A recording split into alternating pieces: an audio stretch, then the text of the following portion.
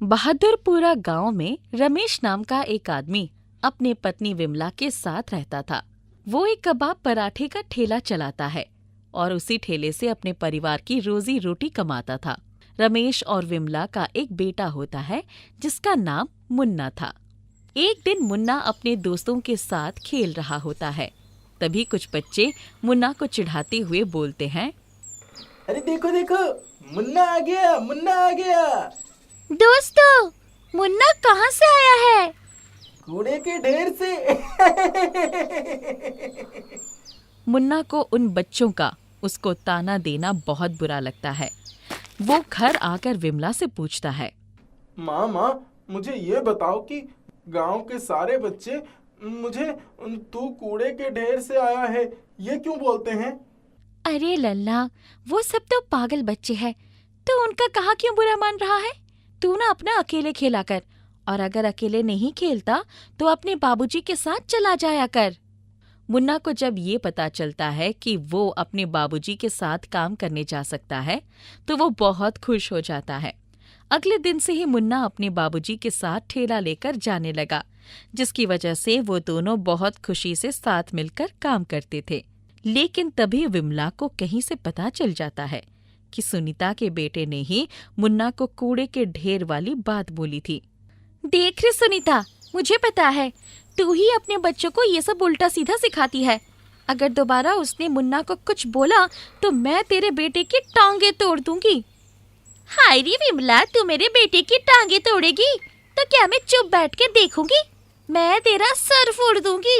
आई बड़ी मैडम बनके मुझे सिखाने। दूसरी तरफ रमेश और मुन्ना कबाब पराठा बना रहे होते हैं और लोग पास में पड़ी बेंच पर बहुत शौक से बैठकर कबाब पराठे का आनंद ले रहे हैं। तभी अचानक एक तेज एक्सीडेंट होने की आवाज आती है और एक औरत ट्रक से टकराकर रोड के साइड आकर गिरती है। रुक रुक, भाग कहाँ रहा है? टक्कर मार के रुक। अब रमेश वहां इकट्ठी हुई भीड़ से उस औरत को हॉस्पिटल ले जाने की विनती करने लगता है, लेकिन उस भीड़ में से कोई भी औरत की मदद के लिए आगे नहीं आता। और तभी मुन्ना एक गिलास पानी लेकर उस औरत के मुंह पर छिड़कता है, जिससे औरत को थोड़ा सा होश आता है, लेकिन वो फिर बेहोश हो जाती है। तुम लोग इस औरत के क्या लगते हो? डॉक्टर साहब, हम इस औरत को नहीं जानते। इसका रोड पर एक्सीडेंट हो गया था, इसीलिए हम लोग इसको यहाँ पर लेकर आ गए। डॉक्टर साहब, मेरे पास बस इतने ही पैसे हैं, मैं आपको सब दे देता हूँ, और जब इनको होश आ जाए तब आप इनके घर वालों से बाकी पैसे ले लीजिएगा। अब हम जाते हैं। सच में आप जैसे नेक दिल लोग ही इस दुनिया में इंसानियत जिंदा रखे हुए हैं। अगर सब तुम्हारी तरह सोचते तो ये दुनिया किसी स्वर्ग से कम नहीं होता। तुम जाओ, हम इनके घर वालों को बुला लेंगे। मुझे माफ करना भाग्यवान, आज मैं खाने के लिए कुछ भी नहीं ला सका। आज हम तीनों को भूखे पेट सोना पड़ेगा, क्योंकि वहां खड़े लोगों और जानवरों ने सारे कबाब पराठे खा लिए और सारे पैसे उस औरत के इलाज के लिए लग गए। कोई बात नहीं जी, आपने एक औरत की मदद की है, भगवान भी किसी न किसी रूप में हमारी मदद करेगा। और बेटा मुन्ना, तुमको भूख लगी होगी ना? कल की एक रोटी बची रखी है, तुम वो खाकर सो जाओ। मुन्ना रोटी खाने जा ही रहा होता है, तभी बाहर से एक आवाज आती है। विमला और रमेश बाहर जाकर देखते हैं तो वहां कोई नहीं होता, और वो आवाज उनको उस ठेले के अंदर से आ रही होती है। वो दोनों देखते हैं कि ठेला बहुत चमक रहा है और उसमें ताजे ताजे कबाब पराठे बन रहे हैं, जिनमें से बहुत अच्छी सुगंध आ रही होती है। देखा आपने, मैंने आपसे कहा था ना कि भगवान जो लोग दूसरों की मदद करते हैं उनकी मदद हमेशा करता है। आज भगवान की ही कृपा है जो हम तीनों को भूखे पेट नहीं सोना पड़ा। अब वो तीनों खुशी से भरपेट कबाब पराठे खाते हैं और फिर चैन की नींद सो जाते हैं। अगले दिन रमेश और मुन्ना फिर से ठेला लेकर कबाब पराठे बेचने जाते हैं। रमेश कबाब पराठा बना रहा होता है और तभी वो देखकर आश्चर्यचकित हो जाता है। आओ भाई आओ, खुशी से जादुई कबाब पराठा खाओ। आओ भाई आओ। अब धीरे धीरे उसके ठेले पर लोगों की भीड़ लग जाती है और वो खूब मजे से कबाब पराठा बेचता है, क्योंकि कबाब पराठा दोगुनी रफ्तार से बन रहे होते हैं। सारे गांव में अब रमेश के कबाब पराठे मशहूर हो जाते हैं और उसकी खूब कमाई होने लगती है। अरे ये कैसा चमत्कार है भाई? अरे सब हटो साइड में, मुझे इस आदमी की मदद करने दो। अब रमेश जैसे ही उस एम्बुलेंस में आदमी को लिटाता है, थोड़ी ही देर में वो आदमी पूरी तरह से ठीक होकर एम्बुलेंस से बाहर अपने आप निकल आता है। ये देखकर सारे लोग आश्चर्यचकित हो जाते हैं। आप सबको समझ में आ जाता है कि ये एक जादुई एम्बुलेंस है जो लोगों को अपने आप इलाज कर देती है। अरे वाह भाई, ये तो बड़ी चमत्कारी जादुई एम्बुलेंस है। इसमें तो खाने पीने से लेकर दवाई तक का इंतजाम है। वाह वाह। तारीफ सुनकर रमेश को बहुत खुशी मिलती है और वो अब समझ जाता है कि जादुई एम्बुलेंस केवल उसके लिए नहीं बल्कि पूरे गांव की सेवा के लिए है। एक बार गांव में महामारी फैल जाती है और डर के मारे गांव के अस्पताल का डॉक्टर शहर भाग जाता है। तब सारे मरीजों को रमेश की जादुई कबाब पराठा एम्बुलेंस ही ठीक करती है और दवाई के तौर पर कबाब पराठा खाने को देती है, जिससे उनकी हालत बहुत जल्दी सुधरती है और गांव में फिर से खुशहाली आ जाती है। दूर पहाड़ी के पीछे सूरजपुर नामक एक गांव था। वहां एक दूध की डेयरी पर काशी काम किया करता था। पढ़ने लिखने के दिन से ही काशी काम पकड़ लिया था। वो अपनी जरूरतों का जेब खर्च कमाकर निकाल लिया करता था। कैसे काशी, आज लेट कैसे हो गए? तबीयत वगैरह ठीक तो है ना? हाँ ठीक ही है काका, जरा दफ्तर चला गया था बिजली की रसीद भरने के लिए।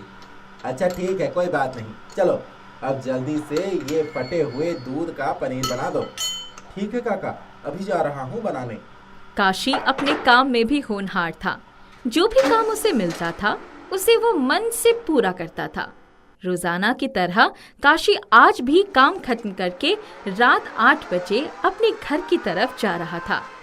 दुकानदार ने उसे थोड़ा पनीर साथ लेकर जाने की इजाजत दे दी थी। काशी अपने हाथ में पनीर लटकाए हुए जा रहा था। उसे देखकर गांव की एक बूढ़ी उसे पूछने लगी, आज पनीर ताजा बना है क्या काशी? हाँ दादी, अभी अपने हाथ से ही बना कर ला रहा हूँ। ठीक है बेटा, कल अपने बेटे को बोलती हूँ दुकान से लेकर आने को। तुम्हारा बेटा बहुत कंजूस है, कुछ नहीं लाएगा दादी। ये लो, इसे बनवा के खा लो, अभी ही ताजा बनाया हूँ। जुग जुग जियो बेटा, मुझे पनीर बेहद पसंद है। बहुत दिनों से मन कर रहा था, पर ये बबलू सुनता कहाँ है, बस मेरे मरने का इंतजार करता रहता है। ऐसी बात मत करो दादी, मैं हूँ ना, आपको कुछ नहीं होने दूंगा। खुश रहो बेटा। काशी बूढ़ी की आंखों को देखकर इसकी लालसा को भांप गया था। वो जानता था कि बुढ़ापे में आज भी कई परिवार हैं जो बुजुर्गों का ठीक से ध्यान नहीं रखते। उन्हीं में से एक परिवार उस बूढ़ी का भी था, जिसे काशी जानता था।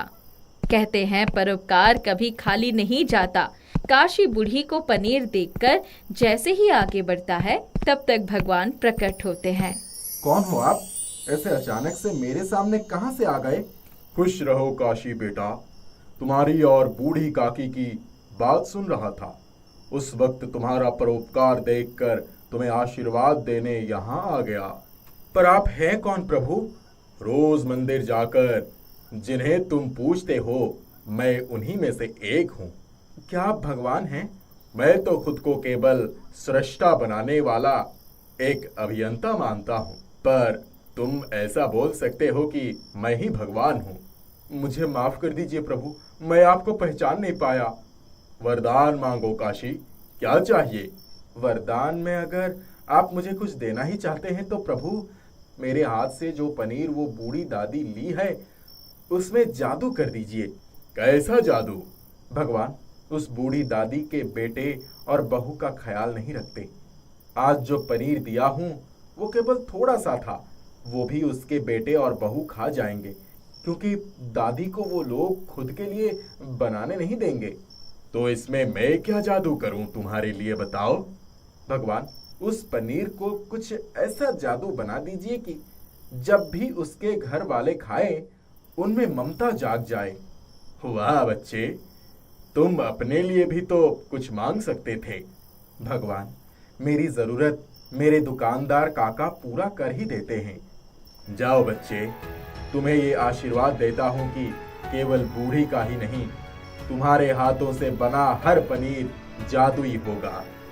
काशी भगवान को प्रणाम करके उन्हें विदा कर देता है। अगले दिन सुबह डेयरी जाते वक्त काशी को सच में जादू नजर ही आ जाता है। वो देखता है कि बूढ़ी का बेटा बबुल रिक्शा बुला के अपनी माँ को कहीं लेकर जा रहा था। दादी को लेकर किधर जा रहे हो बबलू काका? अस्पताल लेकर जा रहा हूँ काशी। माँ काफी दिनों से खांस रही थी। कल रात में मैंने महसूस किया इस बात को। बहुत बढ़िया, जाओ काका, बढ़िया से दादी का इलाज करवा दो। ठीक है बेटा, डॉक्टर साहब निकल ना जाए, फिर मिलते हैं तो बात करते हैं। ठीक है, आप लोग जाइए। काशी डेयरी पहुंचता है और दुकानदार काका को सारी बातें बताता है। दुकानदार को काशी की बातों पर यकीन तो नहीं होता है, लेकिन काशी का मन रखने के लिए दुकानदार कहता है, धन्य हो बेटा, तुम साक्षात भगवान के दर्शन कराए। चलो अब काम शुरू करते हैं। जी काका, अभी काम शुरू करता हूँ, मगर आपको एक बात बताना तो मैं भूल ही गया। कौन सी बात? भगवान जी ने ये भी कहा था कि मेरे हाथ का बना पनीर जो भी खाएगा उसके भीतर ममता जाग जाएगी और वो अपने बुजुर्गों का ख्याल रखेगा। अरे नहीं काशी, ये क्या बोल रहे हो तुम? मुझे नहीं लगता ऐसा कुछ भी होगा। मैंने तो तुम्हारा दिल रखने के लिए तुम्हारी बातों पर विश्वास कर लिया है। आप मेरी बात पर विश्वास कीजिए, खुद भगवान ने मुझे ये बताया है। कुछ घंटे बाद दुकानदार भगवान और उस जादुई पनीर की बात को पूरी तरह यकीन कर लेता है। जब बबुल पनीर खरीदने डेयरी पर आता है, बेटा काशी, ये तो सच में कमाल है। बबलू आज पहली बार पनीर खरीद के ले जा रहा है। सब जादुई पनीर का कमाल है। वो देखो, बिरजू जा रहा है। उसके भी माँ बाप उससे परेशान हैं। चलो इसको भी पनीर बेचते हैं। सही कहें। ठहरिए, अभी आवाज लगाता हूँ। ओ बिरजू काका, ताजा पनीर लेते जाइए, कल रात ही बनाया है। ला काशी, इतना जिद कर रहा है तो दे दे 100 ग्राम। मैं और तेरी चाची चख लेंगे। और घर पर दादी भी तो होंगी ना? अरे वो दाल रोटी ही खाती है, तू दे ना 100 ग्राम। वैसे भी वो बूढ़ी हो चुकी है, कौन इतना खर्चा करेगा है? जैसा आप ठीक समझे, ये लीजिए 100 ग्राम। बिरजू पनीर लेकर चला जाता है। अगले दिन वो भी बबूल की ही तरह अपनी माँ के लिए साड़ी की दुकान पर नजर आता है। धीरे धीरे जितने भी गांव वालों ने पनीर खाया, उन सब में ममता जाग गई। कुछ ही सालों के अंदर पूरा गांव अपने बुजुर्गों का ख्याल रखने लगा और बुजुर्गों का ख्याल रखने के मामले में सूरजपुर देश भर में पहचाना जाने लगा। आज काशी के हाथ का पनीर ममता का पनीर के नाम से मशहूर हो गया। उसे बड़े बड़े ऑर्डर मिलने लगे और दुकानदार के साथ मिलकर वो पनीर का बड़ा व्यवसाय चालू कर लिया। सूरजपुर गांव में जीवा नाम का एक किसान रहता था। जीवा के पास जमीन का एक छोटा सा टुकड़ा था जिस पर वो खेती करता था। उसका गुजारा अत्यंत कठिनाई से होता था। वो बहुत ही गरीब था। घर का खर्च चलाना मुश्किल जान पड़ रहा है। बूढ़े माँ बाप बीमार रहते हैं। पत्नी का भी इलाज नहीं करवा पाता हूँ। शादी के 7 साल बाद भी कोई संतान नहीं हुई है। एक दिन, सुनो जी, मेरी बहन कह रही थी कि शहर आ जाओ। यहाँ एक डॉक्टर है जिनके हाथ में बहुत सफा है। उनके इलाज से शायद तुम्हें संतान हो जाए। कहाँ से लाऊं पैसे तुझे शहर भेजने के लिए? देखता हूँ, कहीं से कुछ इंतजाम करता हूँ। गर्मी का दिन था। गर्मी चरम सीमा पर थी, परंतु जीवा हमेशा की तरह खेत में काम कर रहा था। हाथ में फावड़ा लिए हुए पसीने से लथपथ जीवा बुवाई के लिए खेत की जुताई कर रहा था। इस बीच खेत में खुदाई करते समय उसका फावड़ा किसी चीज से टकराया। लगता है कोई भारी पत्थर आ गया है। उसने फावड़े से मिट्टी हटाना शुरू किया ही था कि देखा कि जमीन में एक बड़ा सा मटका है। पता नहीं इस मटके में क्या हो, कहीं कोई मुर्दा तो नहीं गाड़ के रख दिया। पहले तो उसकी समझ में नहीं आया कि क्या करे। जीवा ने सावधानी से मटके को निकाला। उसने मटके को खेत के बाहर रख दिया। उसे अच्छी तरह से साफ करके जो रोटियां वो घर से लाया था वो मटके में रख दी और अपने काम में जुट गया। दोपहर को जब वो खाने के लिए घर से लाई 4 रोटियां निकालने के लिए मटके के पास गया तो हैरान रह गया। उसमें 8 रोटियां थी। अरे वाह, ये तो जादुई मटका है। आज तक इस बारे में बहुत कहानियां सुनी थी कि खेत में गड़ा धन मिलता है, पर जादुई मटका कभी नहीं सुना था। जीवा को पता चला कि वो जादुई मटका है। उसमें जो भी चीज डालो उसका 2 गुना होकर बाहर आता है। जीवा ने तृप्त होकर रोटियां खा ली। उसके बाद संतुष्ट होकर मटके को घर ले आया। कुमुद, देख मैं तेरे लिए क्या लाया हूँ। क्या है? यही मटकी लेकर आए हो और चिल्ला ऐसे रहे हो जैसे कोई हार ले आए हो मेरे लिए। वो भी हो जाएगा, चिंता क्यों करती है। जीवा ने उसके मटके को जादुई होने की पूरी बात बताई। जादुई मटका मिलने के बाद दोनों बहुत खुश थे। उन्हें लगा कि अब उनके सब दुख दूर हो जाएंगे। वो लोग लालची नहीं बल्कि धैर्यवान थे। उन्होंने मटके का दुरुपयोग नहीं किया। उन्हें जब भी किसी चीज की जरूरत होती तो मटके से तुरंत प्राप्त कर लेते। एक बार कुमुद की ननंद अपने एक माह के बच्चे को लेकर उनके घर आई। एक बार ये बच्चा कुछ समय के लिए मटके में डाल देती तो मटके से एक और बच्चा आ जाता। उसकी ननंद थोड़ी देर के लिए पास की नदी में नहाने जा रही थी। भाभी, थोड़ी देर मुन्ना को देख लेती तो मैं नदी से नहा आती। हाँ हाँ जाओ, पर जल्दी से आ जाना। यही तो मैं चाहती थी। उसके जाने के बाद कुमुद ने बच्चे को मटके में डाल दिया। थोड़ी देर बाद जब बच्चे को निकाला तो उसके आश्चर्य की सीमा न रही। मटके में सचमुच एक बच्चा आ गया था। कुमुद ने बच्चे को निकाला और भागती हुई अपनी सास के पास गई। अम्मा देखो, भगवान ने हमारी सुन ली। हमारे दरवाजे पर ये बच्चा कोई छोड़कर चला गया। हूबहू ननद रानी के मुन्ना जैसे ही है। मैं इसे रख लूं? अरे हाँ हाँ, भगवान का धन्यवाद करके बच्चे को पाल लो। उसकी मर्जी के आगे किसी की नहीं चलती है। कुमुद ने बच्चे को बड़े प्यार से गले लगा लिया। उसकी दुनिया ही बदल गई थी। पैसा, रुपया, संतान, सब कुछ मिल गया था। अब उनके पास किसी चीज की कमी नहीं थी। समय गुजरने के साथ साथ उनके मटके के बारे में पूरे गांव वालों को पता चल गया। गांव का जमींदार बेहद लालची था। ऐसी जादुई चीज पर तो मेरा अधिकार होना चाहिए। उसके आदेश पर जमींदार के लठे जीवा को पकड़कर ले आए। उसने जीवा को धमका कर कहा, मटका जिस भूमि से मिला है वो जमीन मेरी जमींदारी में आती है, इसीलिए उस मटके पर मेरे अलावा किसी का अधिकार नहीं बनता है।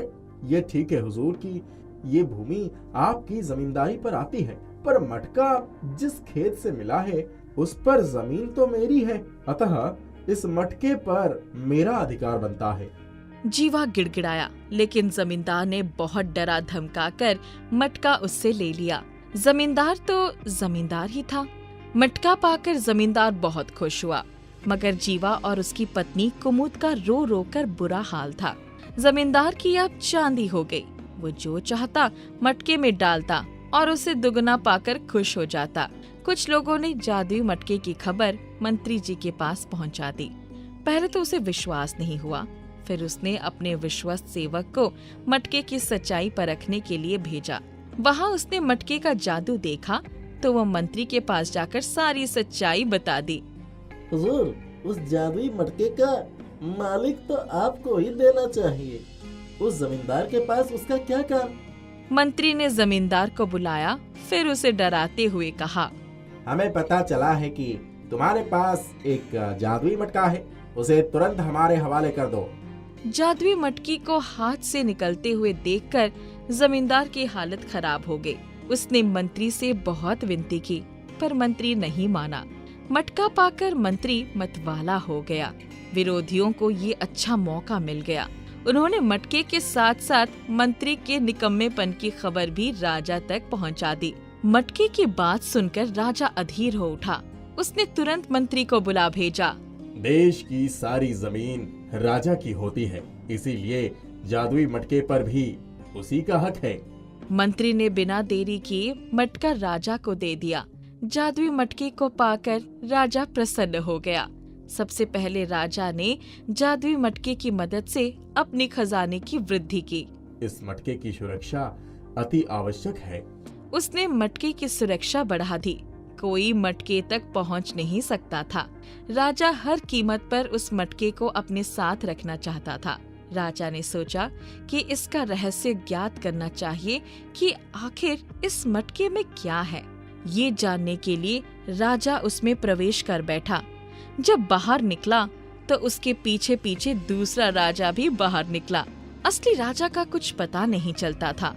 वो राज सिंहासन पर कब्जा करने के लिए एक दूसरे से लड़ने लगे और पूरे राज्य में मार काट और हिंसा फैल गई।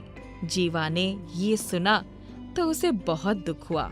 कितना अच्छा होता कि मैं मटके को जमीन में ही गड़ा रहने देता, पर होनी को कौन टाल सकता है।